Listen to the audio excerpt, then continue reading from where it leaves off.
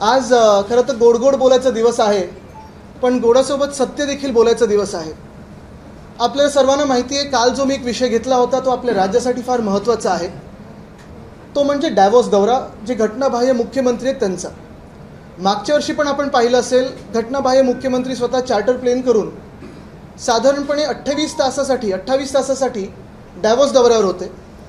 तेव्हाचे जे काही MOUs सही वगैरे केले होते, आता त्याच्यातून खरोखर किती ट्रान्सलेट झालेत, किती MOUs आता कामं सुरू झालेली आहेत, कुठे इंडस्ट्रीज सुरू झालेल्या आहेत, हा एक वेगळा विषय. त्याच्यावर आम्ही खोलावर एक वेगळी बैठक घेऊ आणि प्रेस कॉन्फरन्स घेऊ. ती पण माहिती सगळी आलेली आहे आपल्याकडे. ही पूर्ण माहिती त्या पूर्ण मागच्या दौऱ्याची आहे, ह्या दौऱ्याची आलेली आहे.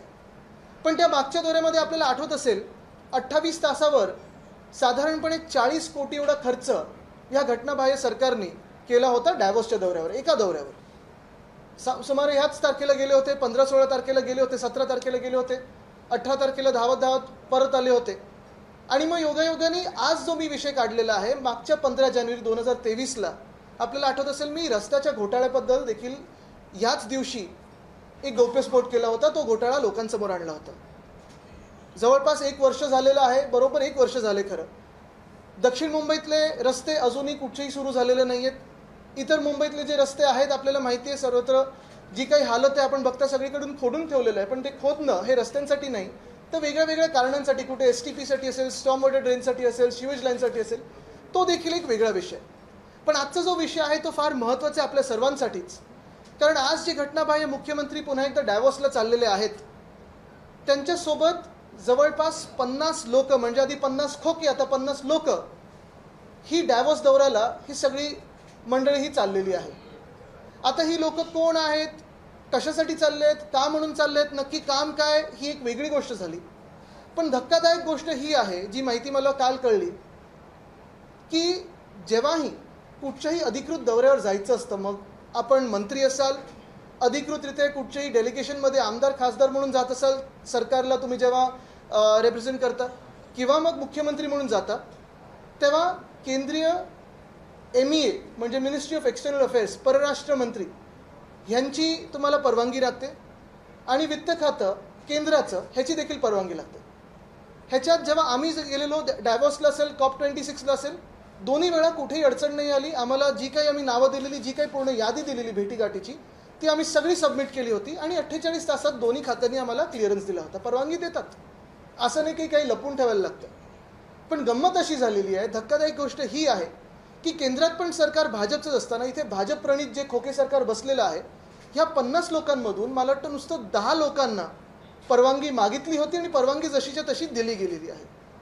मूळ प्रश्न हाच आहे, की मग एवढे 50 लोक जर तुम्ही सोबत नेत असाल डेलिगेशन म्हणून, तर बाकीच्यांची परवानगी तुम्ही घेतली आहे की नाही घेतली आहे? ती परवानगी MEAला माहिती आहे का? मिनिस्ट्री ऑफ एक्सटर्नल अफेअर्सला माहिती आहे का? त्यांना जर माहिती असेल तर आनंद आहे, त्यांनी परवानगी, पॉलिटिकल क्लिअरन्स लागतो तो दिला आहे की नाही, हा एक प्रश्न आहे. दुसरं म्हणजे फायनान्स मिनिस्ट्रीने दिला आहे की नाही. कारण यावेळी ठीक आहे, माझी भीती असल्यामुळे त्यांनी चार्टर प्लेन घेतलं नाही आहे. माझी भीती असल्यामुळे मला वाटतं एक त्यांना इन्स्ट्रक्शन गेली की 20 कोटीच्यावर खर्च दाखवू नये, असं सगळं आहे. आता ते कसं त्याच्यात बसवणार आहेत ती वेगळी गोष्ट आहे. पण 50 लोक, आणि 50 लोक कोण आहेत, तर ह्याच्यात आपण पाहिलं असेल, मुख्यमंत्री आहेत, उद्योगमंत्री आहेत, एक खासदार आहेत, त्यांचं अजूनही तिकडचं काम काही स्पेसिफाय केलं नाही आहे. त्या खासदारांचा खर्च कोण करणार आहे? राज्य सरकार करणार आहे की केंद्र सरकार करणार आहे की स्वतः करणार आहेत? एक माजी खासदार देखील चाललेत. म्हणजे मला वाटतं ऑफर अशी आहे हल्ली, की मागच्या वेळी जेव्हा तुम्ही गद्दारी केली होती, तुम्हाला नुसतं इकडे सुरत बिरतला नेलं होतं. आता जर तुम्ही गद्दारी कराल तर तुम्हाला थेट डॅव्होसला देणार आहेत. बघा तुम्हाला कोणाला जायचं आहे का. पण हे सगळं असताना वातावरण एवढं गडूळ झालेलं आहे महाराष्ट्रामध्ये. म्हणजे आपण पाहता, एका बाजूला महाराष्ट्रामध्ये साधी उद्घाटनं जर करायची असतील, MTHLसाठी आपल्याला 3 महिने थांबायला लागलं. आपल्याला दिघा रेल्वे स्टेशनसाठी 8 महिने थांबायला लागलं तयार असून. उरण लाईनसाठी देखील 6-7 महिने थांबायला लागलेलं आहे. पुण्याचं एअरपोर्टचं जे नवीन टर्मिनल आहे, 4 महिने तयार होऊन तसंच तसं पडलेलं आहे, लोकांसाठी अजून उघडलेलं नाही. हे सगळं एका बाजूला असताना मुख्यमंत्र्यांचं लक्ष कुठेही मुंबईत नाही, महाराष्ट्रात नाही. पण परदेशी दौऱ्यावर जात असताना जिथे तुम्हाला 5 की 6 लोक जाऊ शकता आणि MOU सही करू शकता, तिथे एवढी लोक कशाला? MMRDमधून 5 की 6 लोक चाललेले आहेत. महाप्रीट नावाची एक संस्था, त्याच्यातून 6 की 7 लोक चाललेले आहेत. MSRDCमधून मला वाटतं 3 की 4 लोक चाललेली आहेत. मूळ MIDC खात्यातून 2 की 3च लोक चालले आहेत. मुख्यमंत्र्यांचे जे 2-3 PA आहेत, ते सगळेचे सगळे चाललेले आहेत. तिथे काय करणार आहेत मला माहीत नाही. त्यांचे OSDs त्यांचे तर चाललेच आहेत. एक उपमुख्यमंत्र्यांचे पण OSD चाललेत. मग दोन्ही उपमुख्यमंत्र्यांना का घेऊन नाही जाते किंवा दोन्ही उपमुख्यमंत्र्यांचे OSD का घेऊन जात. मूळ मुद्दा हाच राहतो की ज्या परिषदेत एक तर ते डायव्हर्स जर पाहिलं तर आमच्या कलानगर एवढं ते पूर्ण गाव आहे. 1 किलोमीटरची पण लांबी नसेल.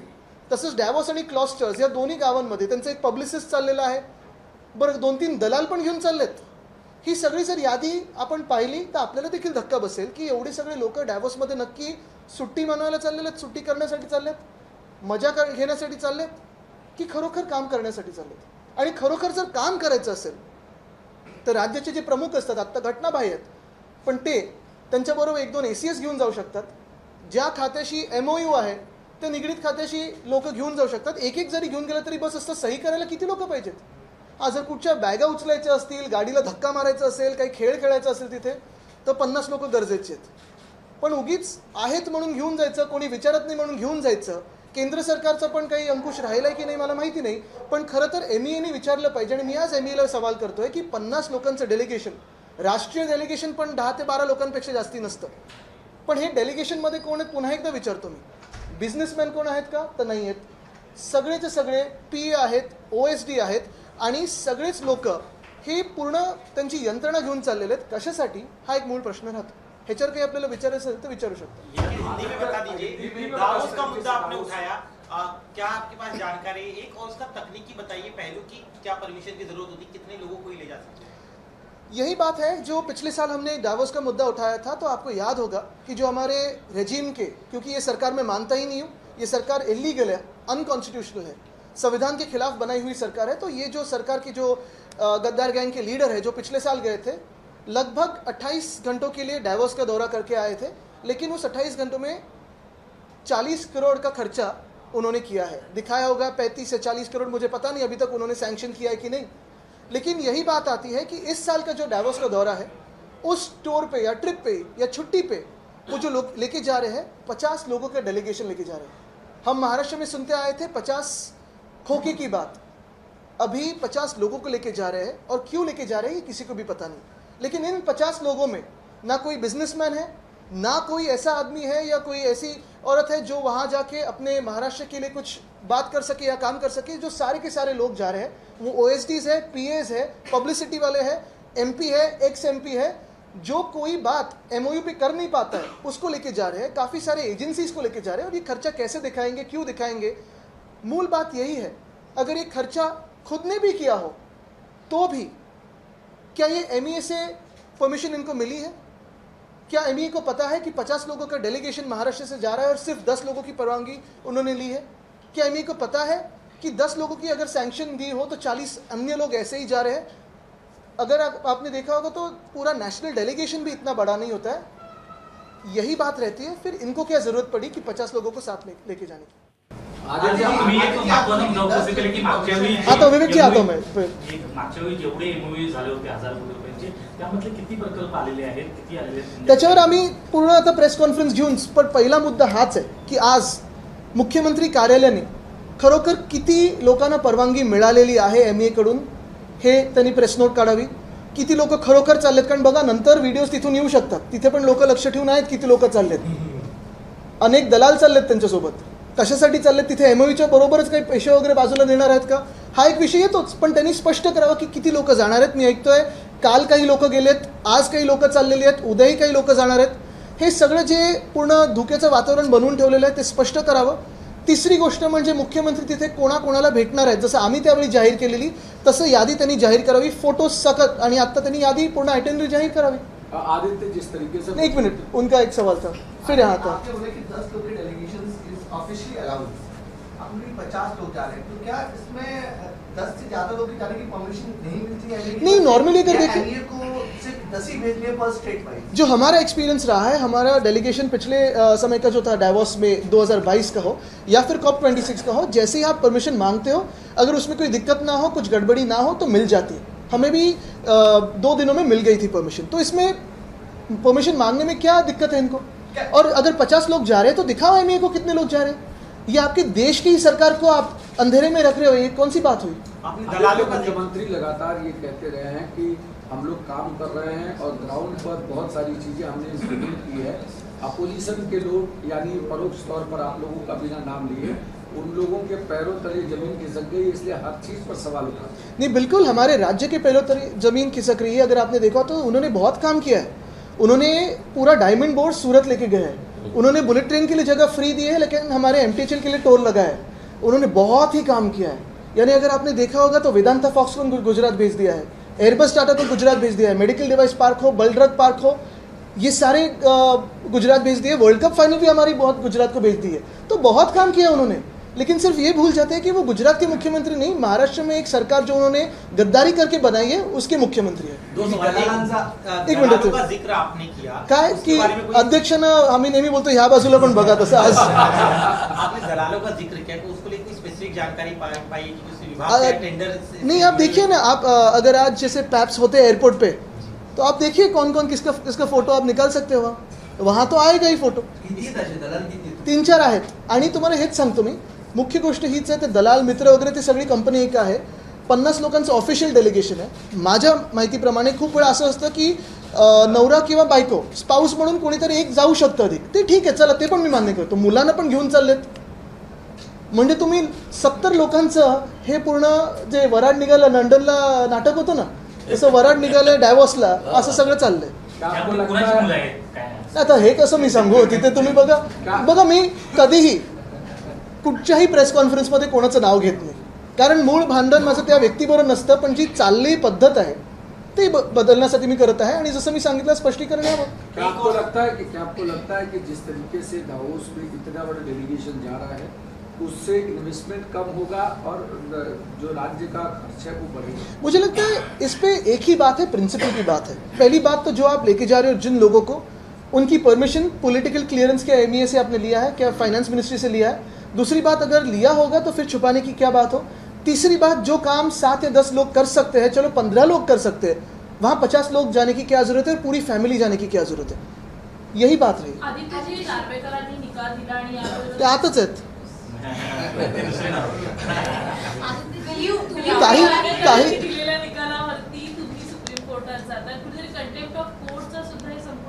मी त्या विषयावर आता कुठचंही वक्तव्य करणार नाही, कारण परत गौप्यस्फोट किंवा असं किती दुसरं भलतीकडे हा विषय जाईल। आपल्याला नेहमी माहिती आहे की त्याच विषयावर आत्ताचा जो डायव्हर्सचा विषय त्याच्यावर मी बोलीन, पण ह्याच्यावर कितना करोड़ रुपया खर्च हो रहा है?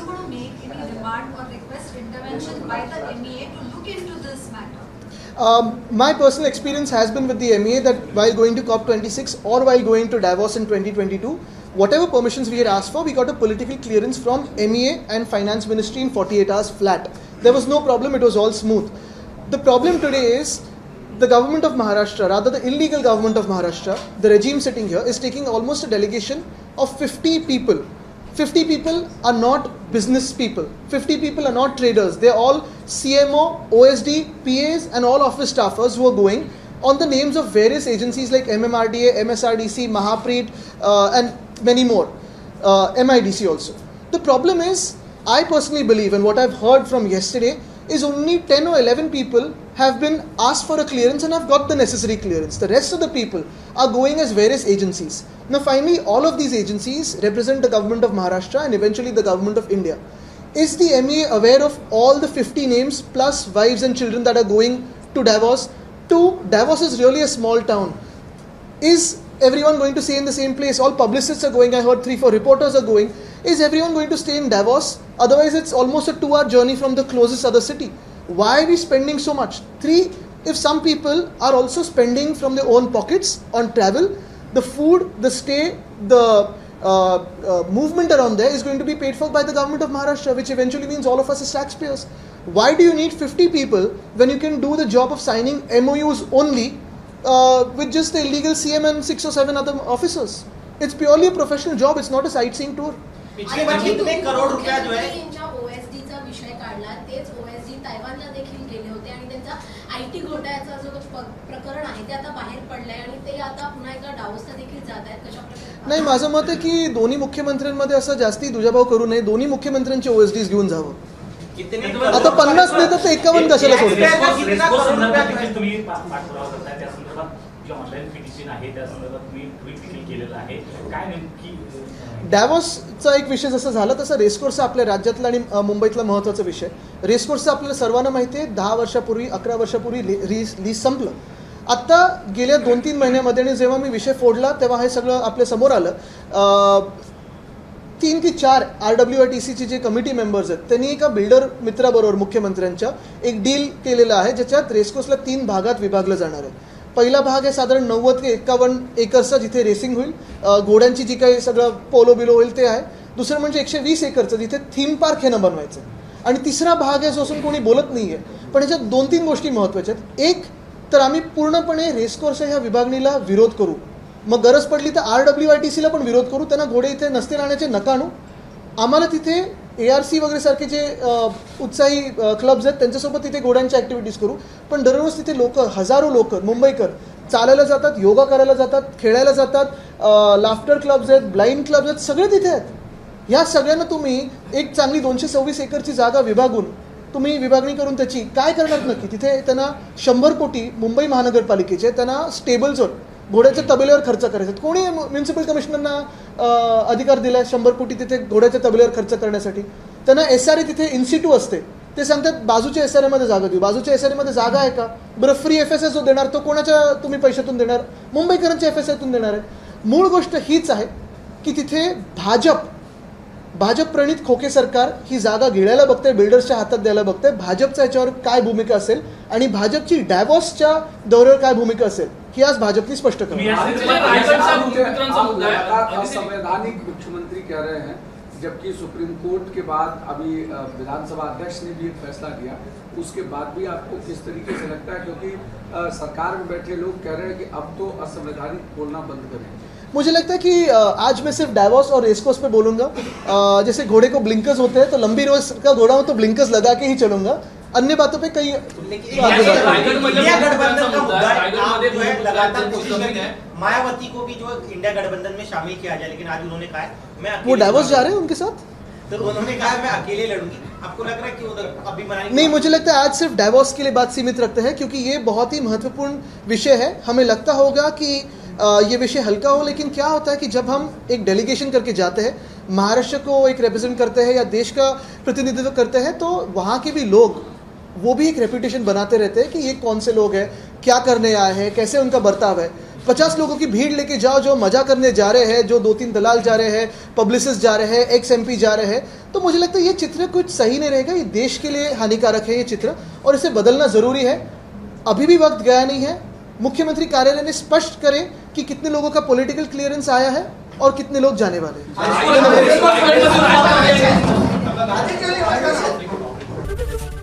ABP माझा, उघडा डोळे बघा नीट.